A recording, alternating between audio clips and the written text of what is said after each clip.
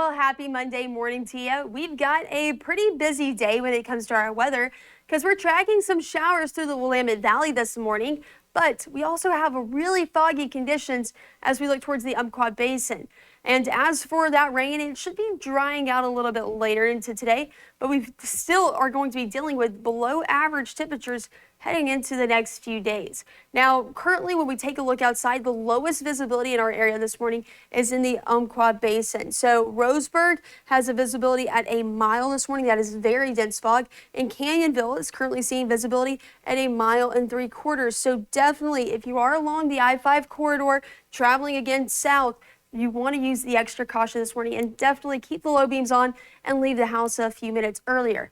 Now, as for the skies, we have been tracking a few stray showers. Those were moving in between Corvallis and Eugene earlier this morning, but we are starting to dry out. We're going to be tracking a few stray showers throughout the first half of our day, but we should be dry, I really think, as we get towards the afternoon. As for temperatures, upper 30s to low 40s throughout the Willamette Valley and Umpqua Basin, lower 40s throughout the Cascades, and then you look at the Central Coast, more so mid 40s this morning. Now, these temperatures are going to be warming up, but not by too much today. Expected to be in the upper 50s for the highs. Elkton does look to reach the low 60s today for, again, exactly 60 degrees.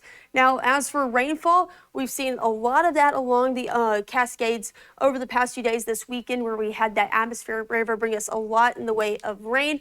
And of course, that brought the snowfall too. But for rain coverage, we saw the most towards Florence, where they got up to nearly 3 to 5 inches. But overall, very happy that we are able to get widespread rain coverage across our area. Now let's talk about today, because we are tracking showers still.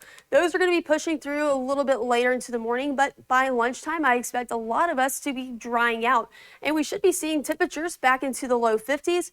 We're going to keep around those partly cloudy skies for today, and then the clouds still hang around until later tonight.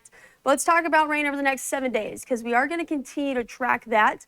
And that's because we're going to be tracking another system moving in by Friday to give us another decent coverage of rain across our area. And that should last into our Saturday as well. So looking at that full forecast, it's not very surprising to see that rain at the end of the 7 day for the Central Coast, where temperatures will be in the lower 60s. But for today, upper 50s with a slight chance of rain for the Central Coast.